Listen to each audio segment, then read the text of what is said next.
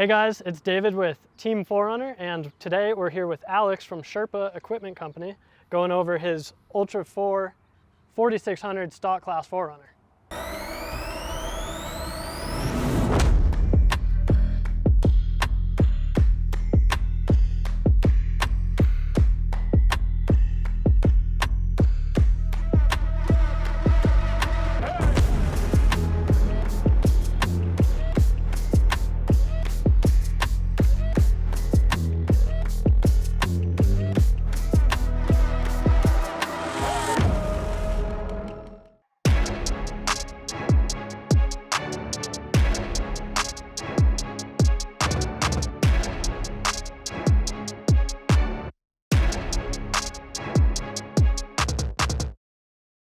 Let's get to it. So Alex, why a 4Runner? Mainly our roots. You know, we started back with 3rd gen 4Runners and we always wanted to get into racing. Yeah. And this platform was really appealing to us because you can get it with the 4.7 V8. Yep. And in our class, you can't do much work to push a bunch of power. You can't do forced induction. Like, you can bore it out and do all that kind of stuff, but we wanted something reliable that had good torque and something that was related to what we enjoyed, which was the 4Runner chassis. So that makes sense. Yeah. Well, cool. So let's start with the front here. You have, what kind of front bumper is this? This is from Addicted Off-Road, and we've had this bumper on here since the very beginning. And as you can see, it's taken some major hits. We've nerfed some trucks, and it keeps coming back for more. Yeah, and that's one thing I really like about the Addicted bumper is their recovery points are way recessed into the bumper. Yeah. So it keeps that nice slick approach angle, which is huge for what we do. Yeah. A lot of bumpers, you'll see the recovery point sticking out really far, which is nice for access to those points, but as far as approach angle, they always end up being hung up on rocks. That makes when you're sense. in rock crawling. Yeah. So you do more rock crawling than normal trail running. Like this, it looks, so this truck looks like a pre-runner, desert style, like Baja truck, but it does more than that. So that's the cool thing about Ultra 4 is you got to be able to go fast in the desert, you got to be reliable in the desert, and then after you do that, you got to go put it through some of the hardest trails in America. Holy buckets. So Addicted, you chose that for the toe points, obviously. And yep, and it's just a beefy, simple bumper. There's not too much to it, so if we have issues with it, it's really easy to come in and patch things up, modify it, add more tubes if we need to. It's also really nice because it has a cross member that comes with it. So this cross member bolts onto the frame points, really beefs up the front frame section, and then it makes it so with 6 bolts, normally with 6 bolts you can remove the bumper, but we also have it tied into our engine cage. That makes sense. So with 12 bolts we can have the whole bumper off and make it really easy to work on the truck if we have to pull the motor or anything like that. That's huge. Yeah. That cross member is a game changer. I know that is a huge weak point on these Toyotas. And like I've seen it on my Lexus, my 4Runners, and yeah, that it'll truly rip out of the frame. I've seen bumpers just come completely off, so that's sweet that they do that. Yeah, if you're just bolting onto the frame ends, you definitely can run into issues. And with heavy winch pulls, which we do a lot of, it's nice to make sure all this is beefed up. And even with just that, with some of the pulls we were doing, we were still having issues where we felt like the wasn't strong enough, so we tied it into our engine cage up top, so you have points going up, points going down. So this bumper is completely rock solid. We'll break winch line all day long before we mess anything up on the truck. Wow. Yeah. So winch in here, recovery, that's an important part of the off-road racing. Yeah. What are you running? So this is a Warn Xeon 10S Platinum. So the Mac Daddy. It's a Mac Daddy of winches. It's an incredibly expensive winch, but for good reason. It's incredibly reliable. You're able to run the clutch remotely. Oh, that's handy. So you can do it from sitting inside the truck. So while co-driver's out setting up winch points, I can be getting the winch set up from inside without touching anything. The other thing, this winch is incredibly fast. So the spool rate on it is really quick. So if we're pulling winch in, racing. Yeah, it matters a lot. Like those seconds are what make a big difference. For the average overlander, not so much. You're not in any hurry, but yeah, obviously racing you in a hurry. So. Yeah, and then on that we have all the Factor 55 goodies. So Factor 55 fair lead, it looks nice, it's durable, you can see it's taken massive impacts. Oh yeah. And then we have their Ultra Hook, which is again the Mac Daddy of winch just hooks. taken absolute. You have closed system winching on the whole thing. You have the easy clamp here, and then you also have a pin that you can put in there to close it off. So oh, that's nice cool. Safe. I didn't know about the pin. That's neat. Yeah, and then you have your rope guard. So when we're smashing into rocks, this is protecting our rope, so we're not going to be worrying about fraying our line. The rope guard is a must-have. Yeah. I have been in a spot where I've scraped mine without a rope guard, and it nicks the line, and you're like, dang. Yeah, that sucks. And as you can see, it takes a freaking beating. This thing has not seen easy days, and absolutely zero issues with it. It keeps coming back for more, so. Truly. So, and then you got a couple lights up here. Yep. Not too much going on as far as lights. No, the lighting setup on this truck is relatively simple, but it packs a punch as far as visibility goes. We have 2 LP9 Pros on the front in amber. I really like the amber lights. It's nice. A lot easier on the eyes. These lights are insane, and they're really fun, especially when we're coming up to pass people. We can strobe the lights with the S-Pod system in there. Okay. So yeah, we'll have to take a look at the inside. Yeah, and it's really great. We don't do a lot of racing at night, but we do find ourselves doing a lot of testing and tuning at night, because we'll find ourselves working on the truck all day, and we'll have a race the next day, and we need to go out and run the truck to make sure everything's working good. Having all this light is incredibly helpful for doing those things. Totally. And being out here in Colorado, it gets dark pretty quick. So. Yeah, and Baja Designs has their racing pedigree, so truly we knew they were a great option to go with for the lights on this truck. Keep it reliable, serviceable, and simple. So. Exactly. So moving on, we have some wheels and tires. These look new. I haven't seen these in the previous rendition of this truck. Yeah, so these are Raceline beadlocks, 17 by 8.5. Raceline has proven their roots in the racing scene for a long time now. They used to do a lot of really simple beadlocks, but as of recently, they've gotten into a lot more elaborate wheels. Wow. We are planning on swapping these wheels out to Nomad. Okay. Who is manufactured by Raceline, so it's a parent company. Oh, I had no idea. Yeah. That's super cool. We're gonna do some, I don't believe they're gonna be producing them, but one-off Nomad wheels on this truck. They'll be a pretty simple looking Steely with a nice beadlock setup. So I'm really excited about that. Yeah. And then these are Kenda's new MT2s. So this is a very new tire to the market. Looks brand new. I've never seen them before. Yeah, they've been incredible. We ran their Cleaver RT and this MT2 out at Hammers. Yeah. And the Cleaver RT was incredibly surprising as far as the duties we put this truck through. It did incredibly well in the desert. Is that what you have on your 3rd gen too? Yeah, and my Ram. That's what, because I've seen your 3rd gen walk up rocker knocker on Pritchett, and that was insane. Like truly the grip that those tires were giving. Yeah, and I bought those tires for that truck just based off the size offering. So I didn't really know much about Kenda other than like their dirt bike tires and stuff. Yeah, I've seen them around. Yeah, and I saw that they had a 35 by 10.5 in a 17 wheel. Oh, okay. And I was like, okay, pizza cutter, lightweight, tall, skinny tire. That's perfect for a 3rd gen 4Runner. So no brainer. Like, sight unseen, I just bought a set to try them out, and blown away by the tire. Like insane traction, really durable. It looks good, good road manners. So I just started to really like the brand of tire, and I was pushing people towards them just totally off of pure experience. Pure experience. And then we got in touch with them for the race truck, and this season is our 1st year running them on the race car. We've only done Hammers in it so far, so we still have a lot to learn about these tires and a lot more to put them through, but these tires that are on here are what we raced Hammers on, and you can see, they're chewed up, but they're holding up incredibly well for what we put them through. Most people have to swap tires out, and after a race, like they're not even considering running those tires again. They'll just get We're gonna happily run these in Montana in 3 weeks. And then maybe another race after that? Maybe, we'll see. We'll see. Yeah, usually most tires, it's like 2 races max before you have to swap them out, or you're just kind of asking yourself for trouble, but. That makes sense. Yeah, last year we had a lot more issues with flats, and we'll see how this year pans out. Yeah, I'm stoked to see how it goes. Yeah. So you said you're racing Montana 2 weeks from now? 2.5. 2.5 weeks. Yeah, so May 19th we'll be racing up in outside of Broadview.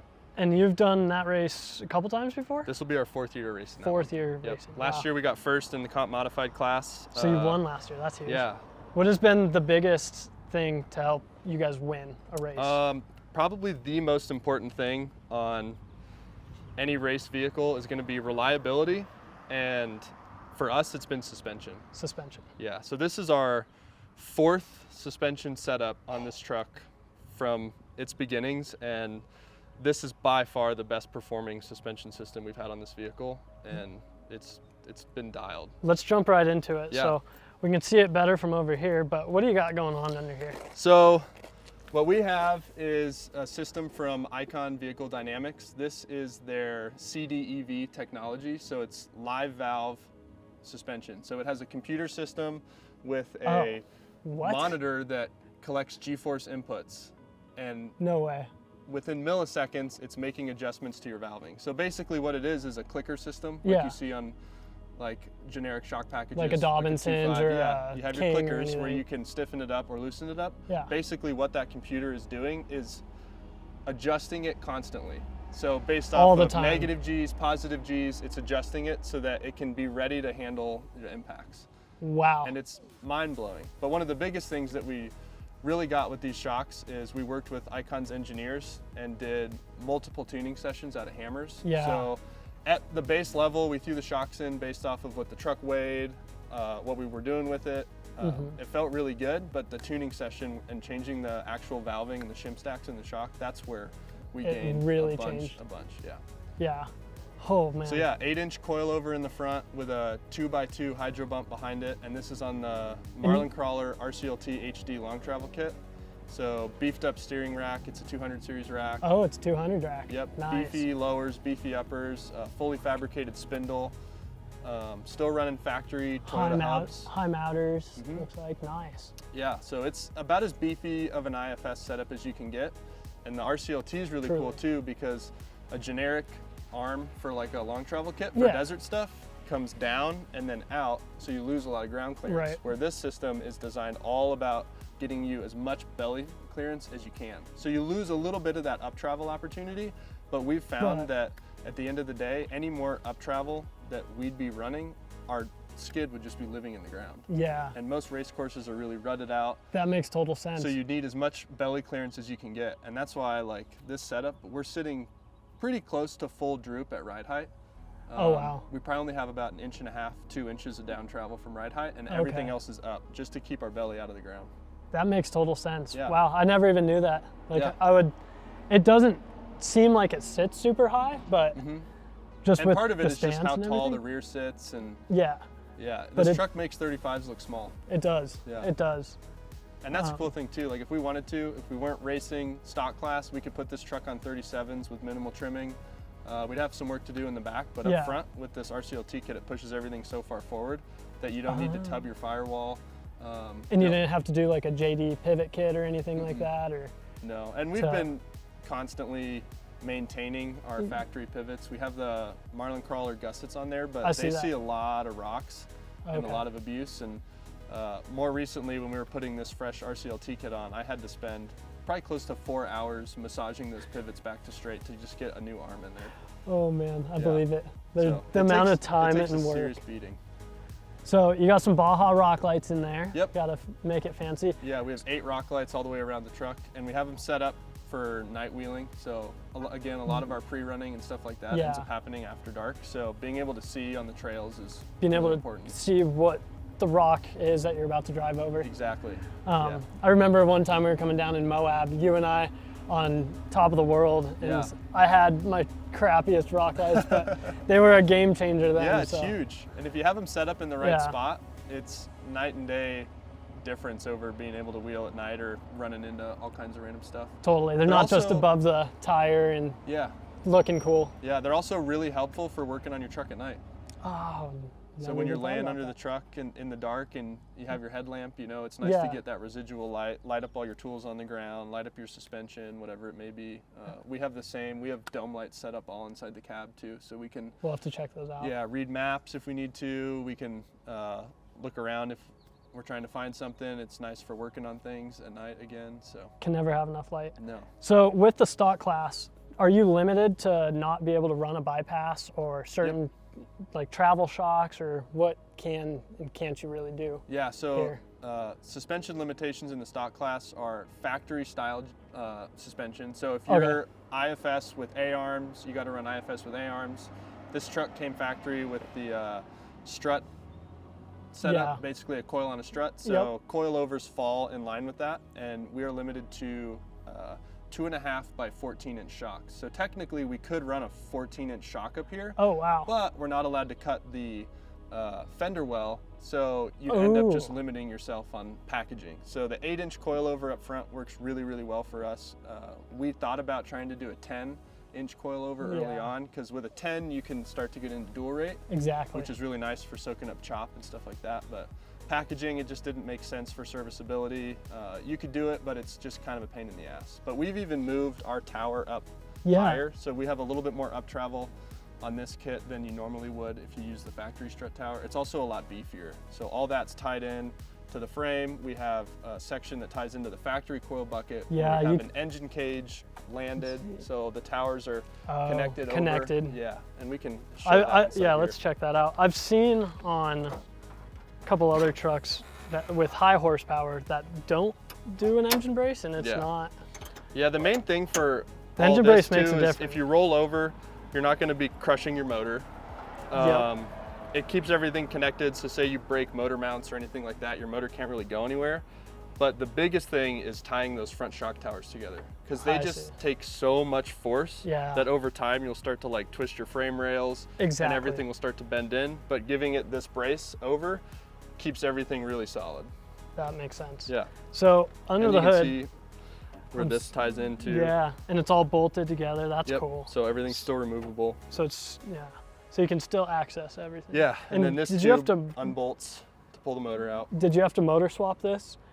We have not swapped the motor. The only time we've had to pull the motor out is to just do service. Oh, okay. So we've cracked 3 oil pans. Wow. And each time we do that, we try and pull the motor out. We also just take it out to go through everything, like replace the starter, stuff like that. But for the most part, this is a completely stock 4.7. It has about 208,000 miles on it.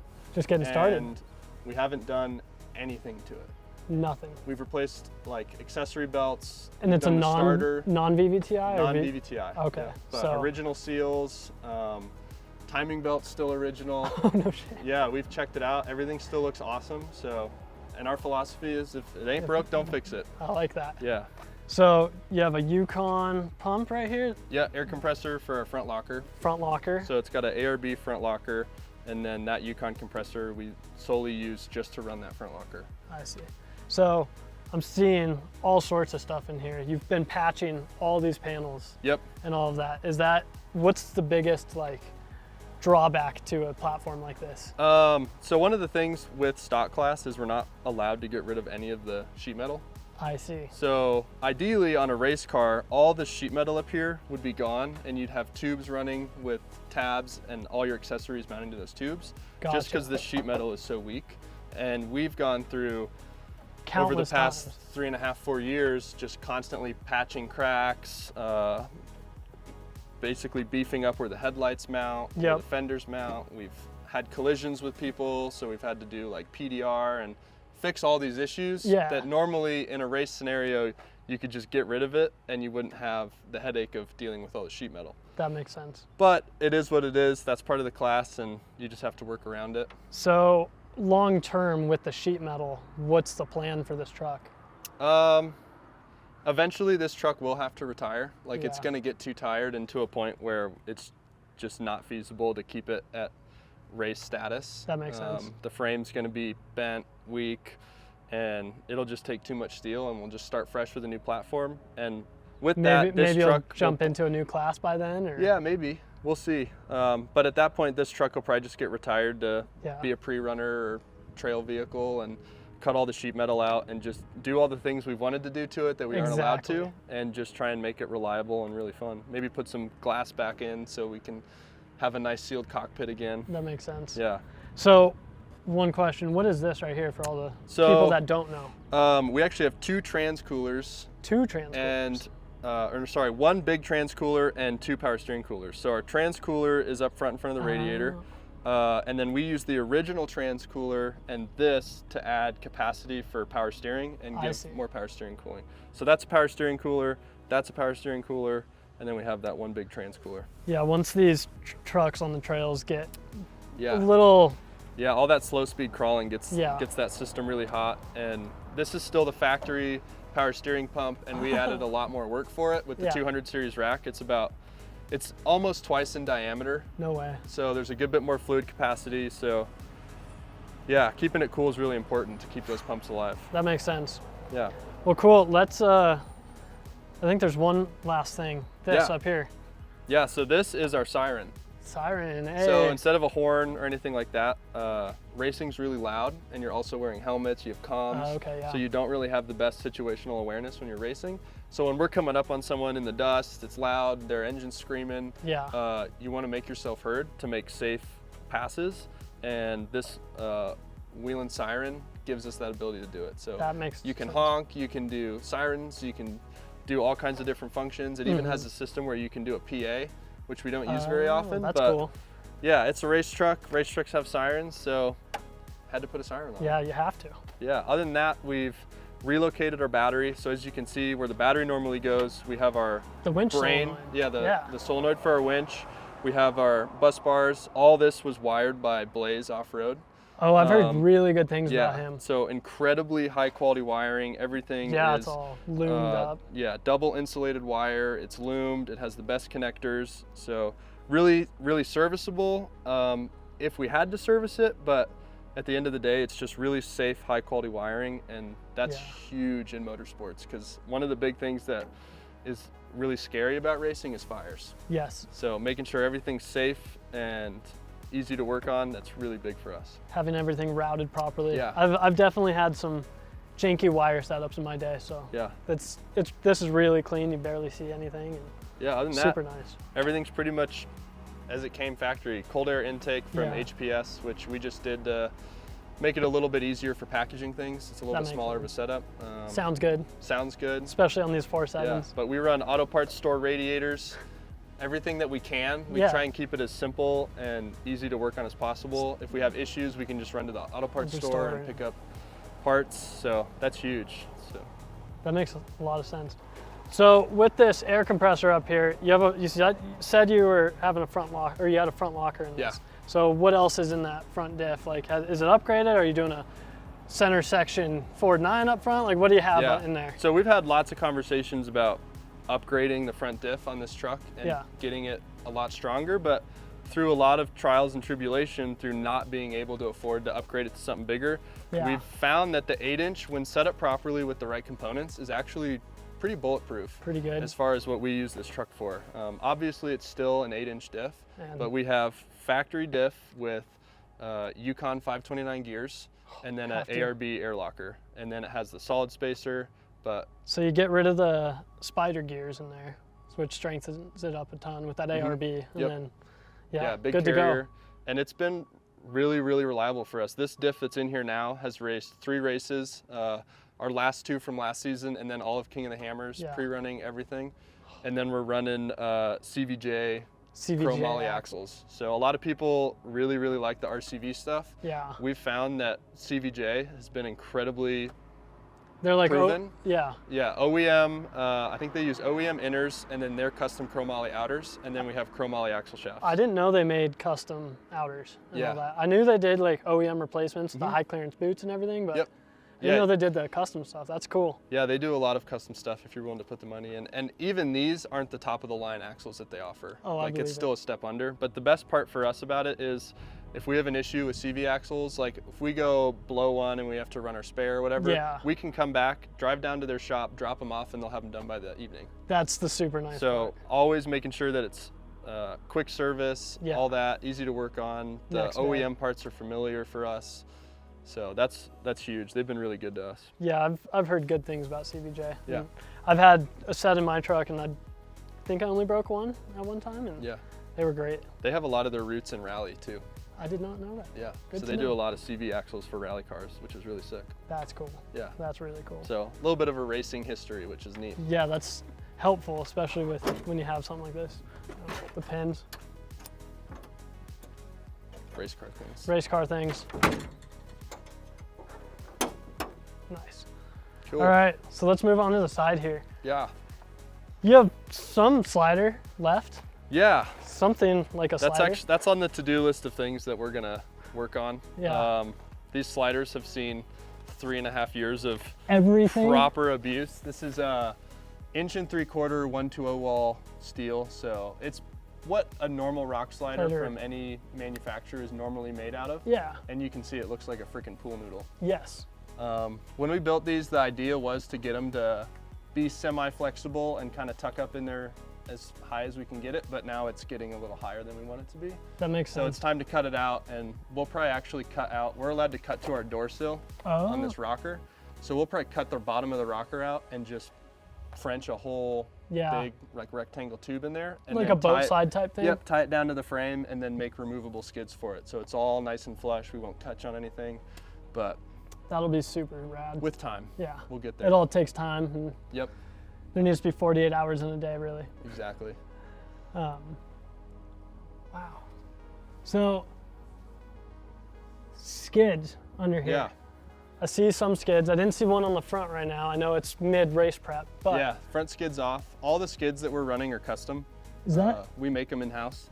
Oh, okay. This center skid is a steel skid. It's 3/16 steel with really big, thick ribbing on top. Yeah. So we took 3/16 steel and bent it at an angle, and then we welded it down the length of it just to gusset it. And as you can see, it's still totally half moon. Yeah. And then we also run. That is ridiculous. On all our skids, we run this plastic. It's UHMW plastic on the bottom. Yeah. And that just makes it really slick.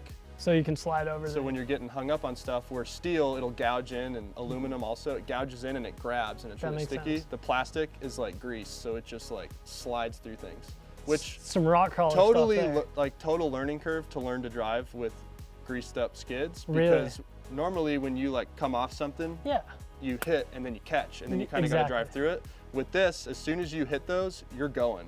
So you got to be ready for whatever happens, which is really cool. And it's a lot easier to drive through when things do get hung up. Yeah. So going up, breaking over things, it's been really helpful. That's super And we plan to do another skid at some point and just kind of cover this whole belly and just try and make it as slick as possible, but because all with time. The biggest thing that I notice on your truck that most Fortunes have is the gas tank is usually right here.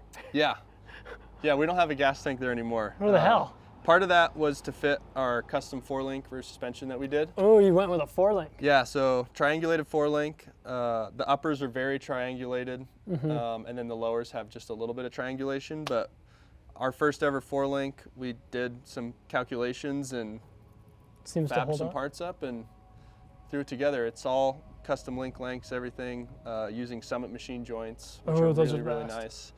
Very serviceable, and they're also, we can usually get them to last a whole season before we have to replace the internals, which is really, really nice for us. That's impressive, actually, because I know those Heims and those kind of joints just wear out, those normal Johnny joints. They can get really loud, too, where these stay relatively quiet. I would say the only things that we really get squeaks out of on this truck are the bushings on the front arms, and that's just part of poly bushings. Exactly. It's going to happen.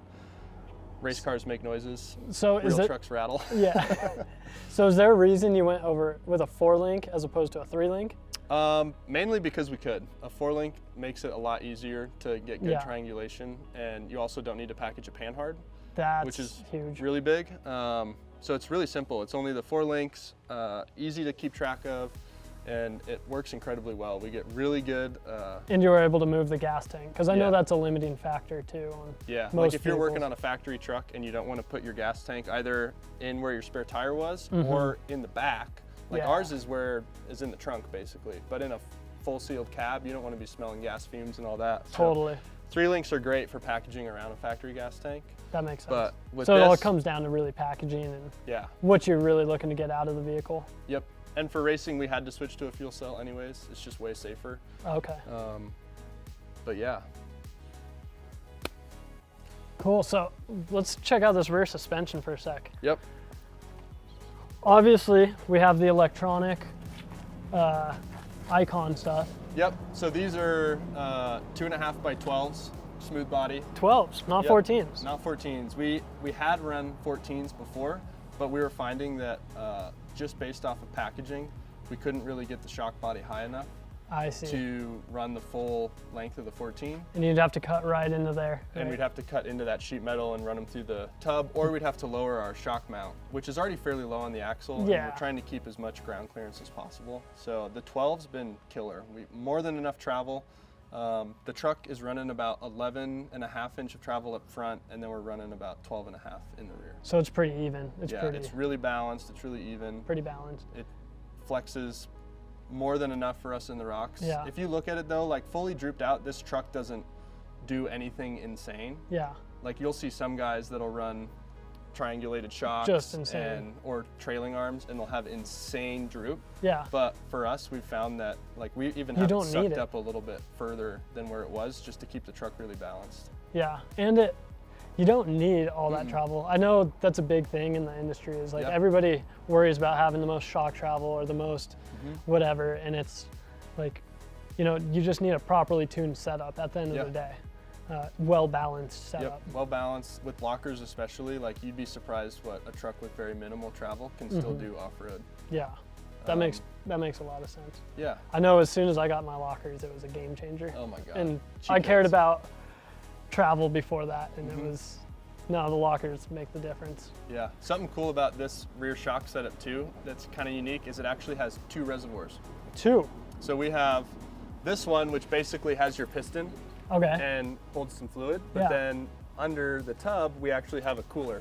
So it's basically just a second resi that gives us a lot more fluid. So when we were testing these shocks, I see with that the back amount of in valving that we're running, they create a lot of heat. Yeah. So we had to get creative to keep them cool. And this was the last minute idea that Scott at Icon came up with to keep our shocks cool. And we finished this about a day before we raced Hammers, and all day these shocks performed incredibly. We had pretty minimal shock fade. You're going to get some shock fade for sure, but all things considered, it was nothing like we used to have. That's crazy. Because I know you've had King, you've had all sorts locked, you've had all sorts of shocks on here. Just could not figure out the right set. And seems like you're getting there. Coming around back here, looks like you have some nice teal coils under here. Are those Tiffany blue? Yeah, Tiffany blue from Dobinson. These are coils out of their, I believe it's the 4-inch lift for an 80 series Land Cruiser. These are the rear coils. Oh shit. So they're a lot bigger diameter, so we had to customize all the mounts and stuff, but it gave us a really good spring rate and a good ride height. One of the big things that I mentioned in the front is just keeping the belly of this truck out of the ground. It doesn't have the most ergonomic belly. Yeah. So this truck sits relatively tall, especially for like a desert truck, but it helps us immensely once we get into the rocks and just keep them from getting hung up.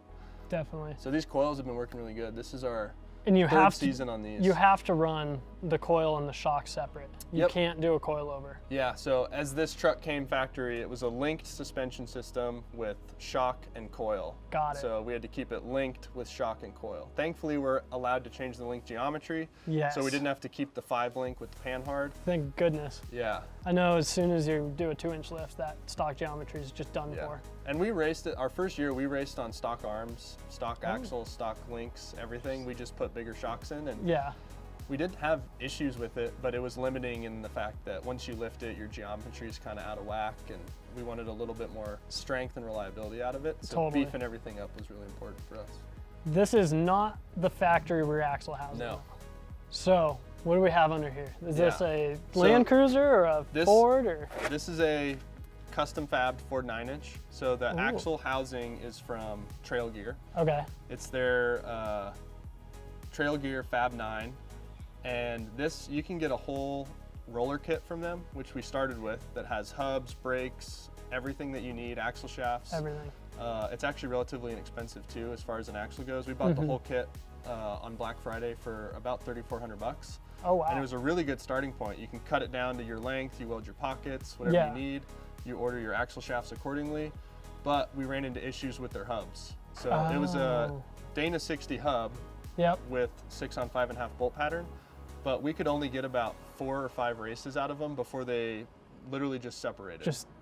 So we raced Sturgis this last year, and the first one that we had separate, we noticed while prepping the truck, and it just had a lot of play, and we were able to swap it. But at Sturgis last year, we had the hub separate on us during the race, and the only thing that was holding our axle shaft in was our caliper on the rotor, and we ended up ripping the caliper, clean off the rotor, lost the whole axle assembly. Everything. The truck fell to the ground. And then you were out for that race. Yeah, the rest of that race. Comedic video of the whole thing falling out. We had the rear-facing GoPro on, and you could see the thing fly out, and it was like smoking.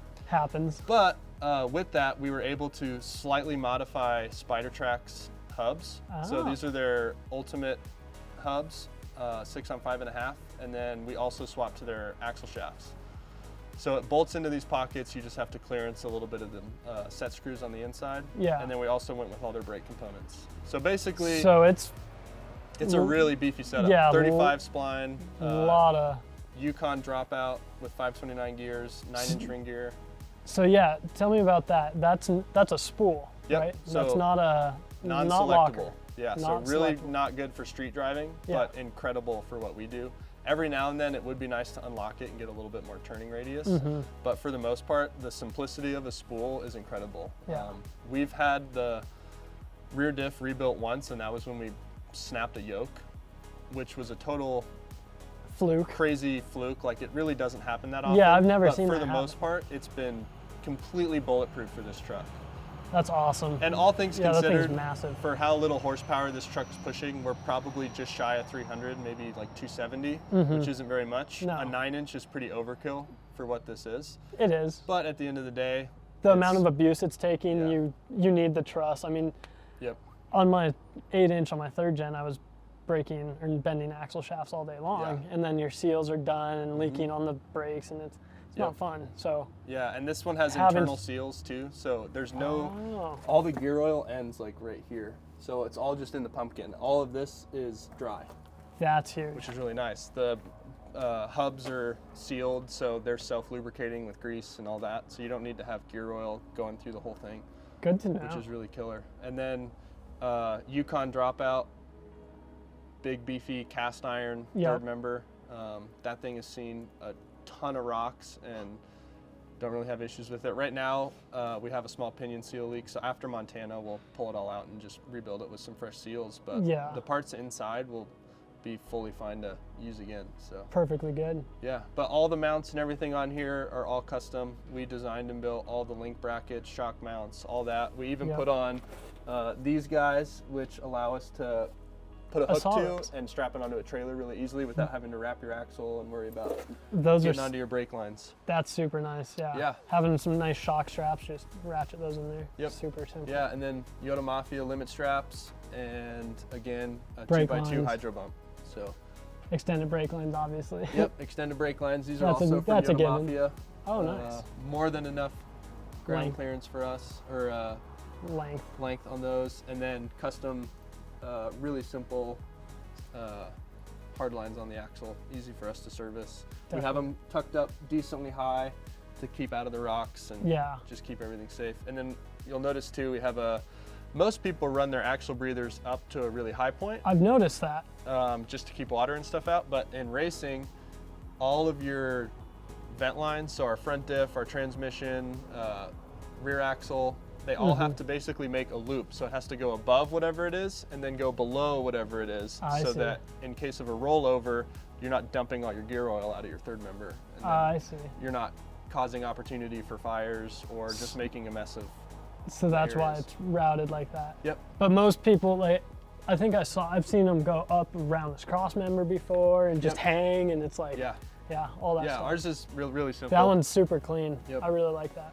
And it's nice too, because like when you put a lot of pressure into these, or a lot of heat into these rear diffs, they'll definitely off-gas some gear oil. Like, it'll condensate into the tube and whatever. So it's nice to have it just dripping nice and low to the ground. It's not going to make a mess of all your parts. Yeah. If anything, it might get on the tire a little bit. But That makes sense. yeah, Cool. more rock lights back here. Yeah, couple. Custom rear bumper that has there's been those- upgraded and fixed multiple times. There's those big extra reservoirs too. Yep, the big Nice. extra reservoirs mounted to the body right up there. Yeah. Lots of stuff. A lot of it's just been trial and error, you know? Yeah. Trying something, it doesn't work, and move to the next thing. And a lot of it is definitely function over form. Exactly. Some things don't I'm sure necessarily look the way we want it to, but it performs incredibly well, so. That's what Don't all you change can it. ask for. Yep. And plus, I mean, it's your first one. Yeah. Just wait till the next one. Right? So back here, we have custom rear bumper, it looks like. Yep. So I built this rear bumper as a learning process first time doing fab work with tube. Yeah. So I was like, oh, before we build our roll cage, I should probably learn how to make bends and line everything up nice. So I made a really simple tube bumper. This has been cut up, modified, rebuilt a few times now. As high clearance as you can get. This gets bent up into here a lot, so it's been smashed by sledgehammers to push it back down. Wow. We do have plans to make a beefier setup, probably change to a little bit thicker of a tube just for how much abuse it takes. I'm sure coming off rocks all the time, it's just constantly. Yeah, we used to run a hatch. Now we have half of a hatch because we are allowed to run half doors in stock class. Oh. So they don't specify whether it's the top half or the bottom half. So we were running the top half of our hatch, which still opens. As you can see, there's no taillights on here right now. That's part of prep. Both of these were shattered from hammers, so new taillights are coming in. Do you have to run factory taillights, or can you run like some Bajas or KCs or something in there? I think there's a rule that it has to be like a factory style housing, or at least look factory, but you can run whatever lights you want. So I could swap it out to fancy LEDs, whatever, but they take so much abuse that it's better for us to just go on Rock Auto and put factory taillights in. Exactly. Or you hit up the social media and people send us their old taillights and stuff all the time, which is cool. Yeah. Yeah, but this is really clean. Is all tied into our roll cage. It has our spare tire mount built into it, so we kind of just have a cradle for our tire, and then we run this Max Y-strap. Those are cool. Tie it I all like in. Those. Way faster than any other tire mount. Like you could do like a screw style mount, or you could do like a normal lug style, but then you need a tool to get it off, whereas this you can literally just pop the strap and it's done. Clip to here, and the whole thing's off really fast. That's handy. And it's nice for like trail runs and stuff like that, because you could strap Max tracks to here.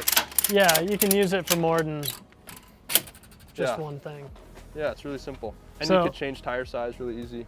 And back here, I can obviously see the fuel cell we were talking about earlier. How big is that fuel cell? It's about 24 gallons. Ooh, so pretty similar to factory, but a little bit more. A little bit better. We thought about doing a 30, but we found this one used on Marketplace, and this whole truck is about budget. So it's come a long way since the origination, but everything on this truck we definitely try and do as budget friendly as possible. Like, we're not rolling in it. No. So you're just like one of us trying to build. Used parts are huge. Yeah. So I see, what is this back here? You have a little power tank deal, or so this is an air jack. Air jack. Yep. So it runs off CO2. Okay. So we'll use, this is from Pro Eagle. We have a power tank that normally sits over here. It's a little. Oh yeah, I can see the mount. Yeah, it's a little 10-pound power tank, and we'll hook it up to this jack, and this is how we do like spare tire changes and stuff like that. We actually have provisions on our front arm to run the jack onto. It's just like a little stud that comes off the front. Oh yeah, I was looking at those. Yeah, so that's how we do our jack. We used to carry a full Pro Eagle jack in the back of the truck, but they're so heavy. It's so big, and it's pretty clunky in like a race scenario, yeah, trying to get your tire changed. So one this more is thing banging around. Nice. Yeah, you just have a little pin bottle that you pull out. It's kind of like our fire extinguisher mounts. Yeah. And the whole thing just pops off the mount, and this will jack up our whole truck. No way. Yeah, really simple. I haven't even seen those before. That's rad. Yeah, they're designed for UTVs, but we found with enough air, they'll pick the truck up. Oh. Yeah. Good to know. That's cheat code. We have a RTL chase light up top for lights in the dust, and then these are also that's cool. I didn't even notice on that. with ignition. That so is slick. Really good visibility behind us, so when people are coming up on us in heavy dust, they're gonna see us really quick. These are S2 Pros, so tons of light. Yeah. And then that light has a strobe effect. It also runs our brake lights, so that's cool. Really easy to see us when you're coming up on us at night or in the dust. So is there anything else back here that's worth mentioning or seeing? I see like a couple levers over here. Is that just part of wiring? This is how all our fuel is routed. So these are our fuel lines. So the nice thing is, in case we have a fire, all of our fuel lines can be shut off from outside the vehicle. So you could come up on this truck if it's on fire, and you could kill all the fuel lines. If you need to, like say you have a fuel leak up front or whatever, for servicing, it's really easy. So all of these are just easy to cut off. And that's part of the rules too. You have to make sure you have cutoffs on those. And then on this side, that window panel that's over there. Oh yeah. This is solid aluminum, so no more glass. And nice. then this is our fuel filler, which we need another cap for. We lost that at Hammers. So right now it's just duct tape shut, but this is where you fill it up with gas. Makes it easier for pitting. Yeah. You just throw a can up to it. Yeah, that's pretty much it for the back though. Every now and then we'll strap spare parts in here. You can see we have a spare set of belts and coolant hoses on the left side there. Always good to have. Yep. Keep a CV in there and a couple little things, tie rods. Yeah, we actually have a full toolbox. Once we jump inside in the back, it's just a Roam case strapped to the floor. Before we jump inside, I know everybody's wondering what this is doing on a race truck. Yeah, so we're going overlanding, as you can see. Yeah, so our main business is roof rack systems, and our big thing is premium rack systems. So incredibly beefy, they're built to handle a lot of abuse, good bit of weight. So what better way to test our rack system than to be racing with one? We've had this rack on this truck for 3 years, and it's had rooftop tents during races. It's always had lights on it. I did see that. Was it the Montana race that you guys? Montana last year, we raced the whole race with a rooftop tent and had 0 issues. No problems. Did people look at you funny, give you any? Yeah. But you know, they get it. That's our thing. We're the roof rack guys, so. Exactly. It's fun. We found more 4600 cars running roof racks because they're realizing that it's a great place to mount things like traction boards. When you're rolling around pits or whatever, your guys can sit up on top of the truck. That makes sense. Yeah, it's nice to get And it doesn't really add that much more weight either. No, and being all aluminum, this rack system only weighs about 50 pounds. Oh, so that's not a huge weight minimal increase. Yeah. And it also gives you a little bit of added protection. Yeah. In case of a rollover, we've found that these racks hold up really, really well in rollover accidents, which is not something that we designed around, but it's really cool to see that this gives you an added bit of safety. Yeah, because I have seen some, and you see a lot on the market, and they just fold. Yeah. So catch on a tree wrong, and it's not a bad day. Yeah, but we put our money where our mouth is. We race with our racks, and we don't have issues, which is really cool. No problems. And it's not tied into the cage or anything underneath? Nope. Factory mounts, just how you would get a Princeton rack from us. That's no awesome. Different. Yep. That's huge. Yeah. As you can see, this car is wrapped. So what is the wrap, and what inspired you? What was the whole idea behind it? So originally the truck was blue and silver. I remember that. Had our mountain on the side and stuff like that. And then last year, we wanted to find something that would really pop, and we ended up landing on yellow because Dave Cole, who is the race director for Ultra 4, nicknamed us the Sherpa bus because we were just we were one of the bigger stock class cars. You know, the car was always getting hung up on the belly, and it was kind of like the whale, so we called it the Sherpa bus, and we were like, oh, we should definitely do yellow. So we wrapped it yellow and black, just flashy color. Marvin at Beyond Wraps did that for us. And then this year, we wanted to continue the yellow theme, but try and make it a little bit more flashy. So we worked with Nick at Pure Blind Studios, who's really well known for crazy art wraps and doing really cool artwork. That's awesome. He designed this Roadrunner. The Roadrunner idea is because it's a 4Runner. Exactly. And we went through a few iterations of it, but yeah, with this full Roadrunner down the side. Looks great. You can see its face on the ADV fiberglass up front here, and their team killed the wrap job. As you can see, it's already been through a bunch of rocks, hitting vehicles. We've ripped panels off, and the wrap's holding up really, really well. So you can see that wraps do hold up well if done correctly and using good quality material. Definitely. So, no, it really ties the truck together. I like the new color scheme. I think it's definitely a good. It's loud. Pop. Yeah, it's fun. It's great. Cute. And then all the sponsors on the side. Yep. Nice. Any brake upgrades on this? Yeah, so we're running R1 Concepts pads and rotors up front with factory calipers. Factory, so you didn't do a Tundra brake upgrade or anything? Nope, no brake upgrade up front other than the pads and rotors. We found that the compound of those pads that we went with R1 Concepts and these rotors do incredibly well. They hold up really nice. And then in the rear, just fine. It's Willwood 2-piston calipers, I believe. Yeah. Yeah, Wilwood 2-piston calipers in the rear, and then Spider Tracks mounts and rotors. It's awesome. And it works really well. Yeah. We definitely use the rear brakes a lot more than the front brakes. We need to do a proportioning valve at some point, but it's actually kind of fun. I would say it's a 60% bias in the rear, so I'm able to stab the brakes and get the rear to lock up, and it almost works like a hydraulic brake. That makes sense. So when you're going downhill and you're coming into a sharp corner, it can be kind of scary because the rear wants to pass the front, but once you kind of get used to it, you can do some really cool things. You can throw it into corners, and I've seen you get this thing way sideways. Yeah, this truck does really well getting sideways. Normally with a 4Runner, it's rollover territory doing stuff like that. Exactly. I've had my close calls with this truck, but it's cool finding like its comfort zone and what it can do, and being able to slide the rear end's been really, really fun. Not much is factory about the inside. When we got the truck, we pretty much gutted the whole thing down and started building the roll cage.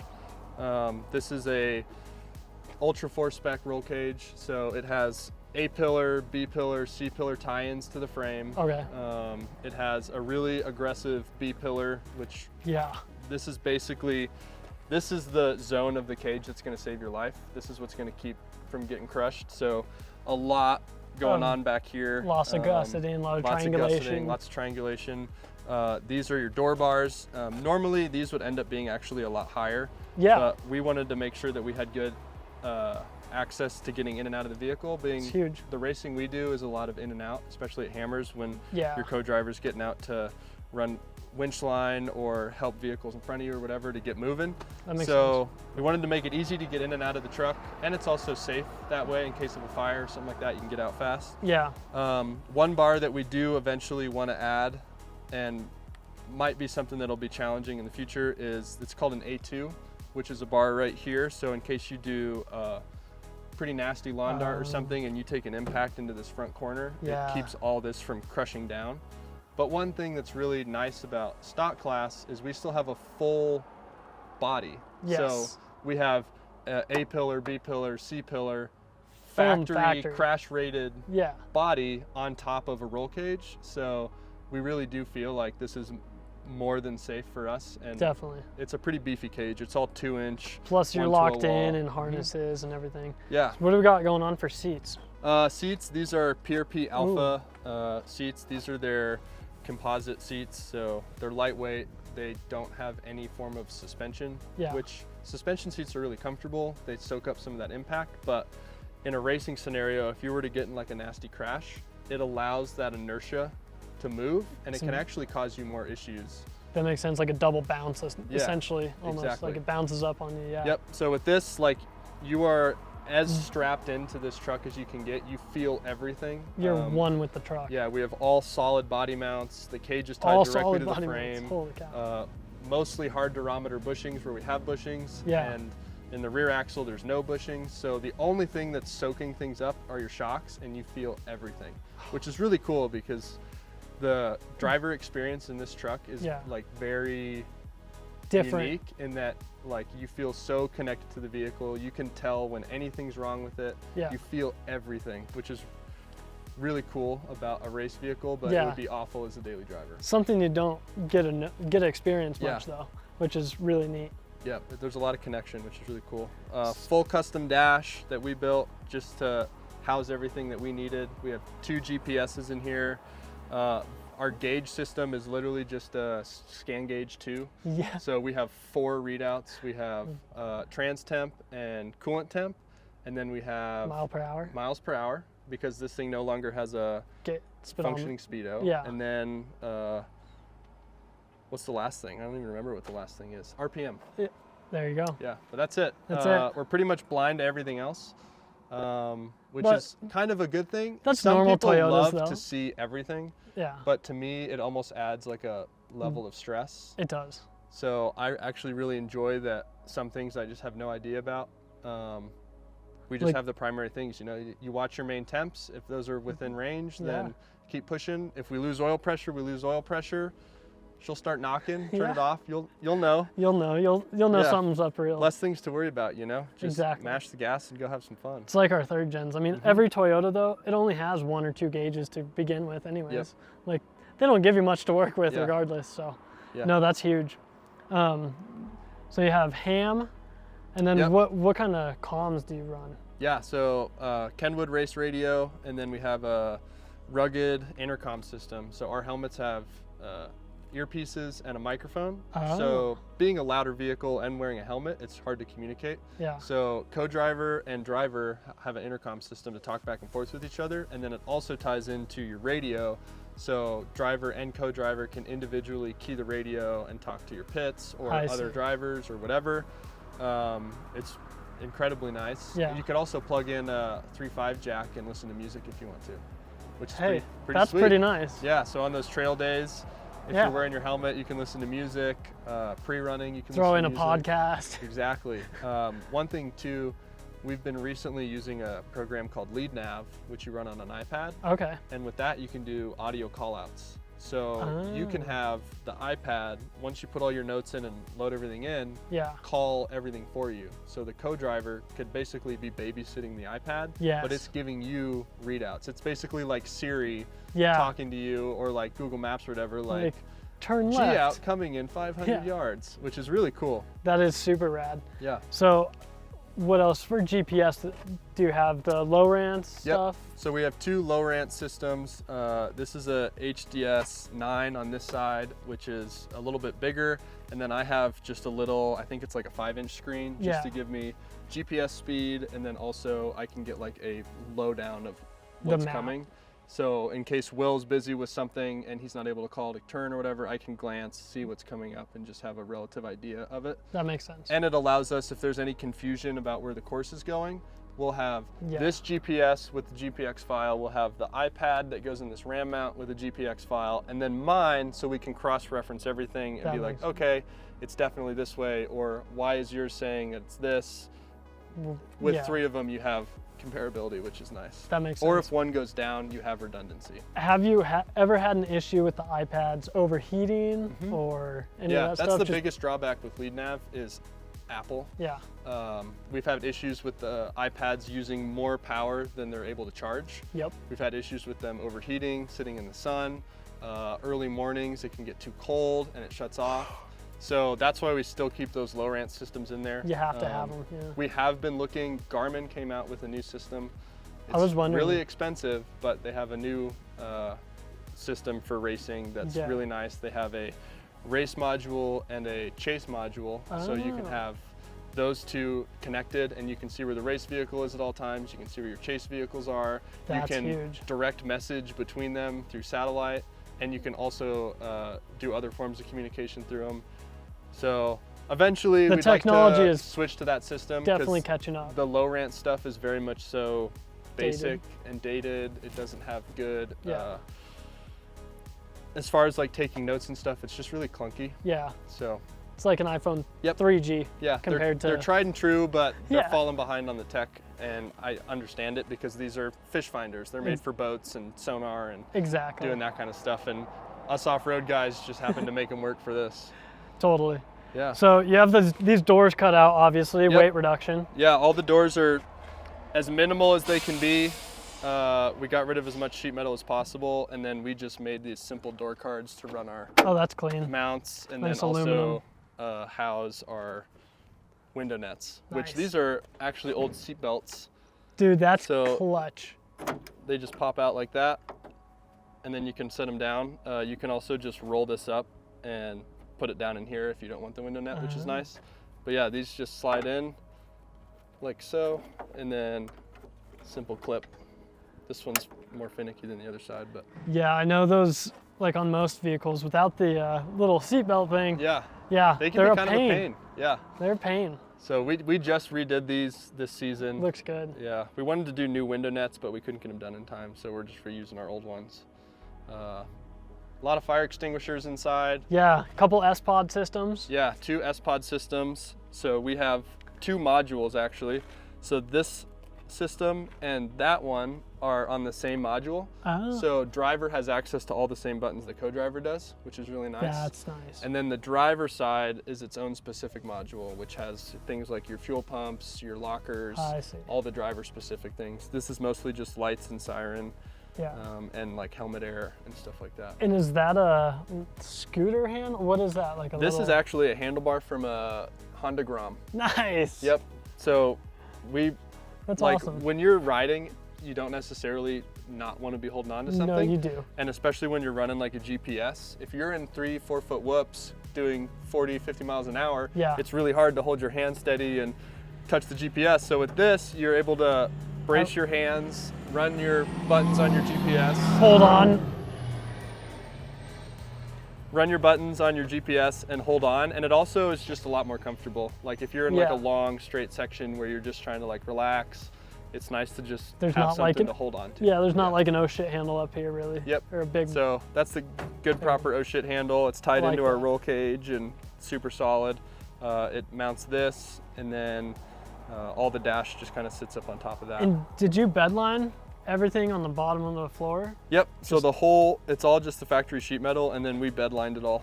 Nice. Just to give it some grip, make it easier to clean. Yeah. It looks a little nicer. Definitely. Yeah. I like it. Yeah. So, and then this back part, we'll move on to the back section. Yeah. So back here, oh, that's handy. Relatively simple. We have a Roam case that houses all of our spare parts and tools. So we'll load this up with our impact, pry bars, food, water, spare CV axle, Chick-fil-A, coolant, food, water, first aid kit, pretty much everything that you need to be semi-self-sufficient out on a race course. Especially a lot of Ultra 4 racing is no chase. So unless you're at a pit, you cannot get any outside help. Oh. So if we blow a CV axle in the race, we have to pull the jack out. We have to jack it up, pull the tire off, change the CV ourselves. So we run with a lot of tools in here, full wrench set, lots of random gadgets MacGyver things. Definitely. So, zip ties. Yep. WD-40, duct tape. Lots of duct tape. All the good things. Yeah, and then on the other side, we have our battery. Oh. And then on the back of our firewall here is all the 12-volt management. So between the seats, we have the S-Pod systems. Oh, that's so super two clean. S-Pod brains, and then all the stuff that isn't switched is on fuses and all housed right here. Easy to access, easy to troubleshoot. And again, all of this was done by Blaze Off-Road. So yeah, that's a really clean job. Yeah. Yeah, the electrical, all the 12-volt got revamped this year. Yeah. And we used to have solenoids and rocker switches, and it was cool. You know, you got that tactical button feel but so many wires, not easy to maintain. So going with the S-Pod systems and all of Blaze's really clean, amazing wiring has been really, really nice. And you can always change it up easier in the future with the S-Pods and everything. Like. Yep. Yeah. Yeah. And then with all that 12-volt too, we have a master kill switch. So right here in the middle, this basically allows you to kill everything in the truck. So it could be fully running, whatever, and if you kick this to off, it kills everything. Battery's dead, ECU's lights, dead, everything. Fuel pump, everything's dead. Like nothing works on the car. It's basically like turning off your main breaker in your house. Yeah. Which is really nice to have for safety reasons, and it's good for troubleshooting too. Yeah. So one other thing I noticed back here, what is this? What is that thing with the, it says rugged radios, but it's obviously not a radio. So this is a air pumper. So this pumps fresh air into our helmets. Okay. So it's filtered fresh air. So when you're in really nasty dust, and obviously this is a fully open cab, no windshield, it allows you to breathe fresh, clean air and not choke on dust. And it also keeps your helmet from fogging up. Oh, that's helpful. I was always wondering about that. Yep, so it's variable speed. You can have it turned down if it's not like a super nasty Is it kind of like day. AC in a way too? It feels incredible. And some people actually have systems set up that go into their race suit to give you like cool air in your race suit. Yeah. There's some really cool tech out there as far as racing equipment goes, but that's rad. Really simple. A lot of people run them on UTVs nowadays. It's a must-have though. You definitely want to keep your lungs clean. And if you're in an open cab, you need an air pumper, big time. Yeah. Cool. I think that for the most part wraps it up. We could talk about the twin stick, I guess. Yeah, let's talk about the twin stick.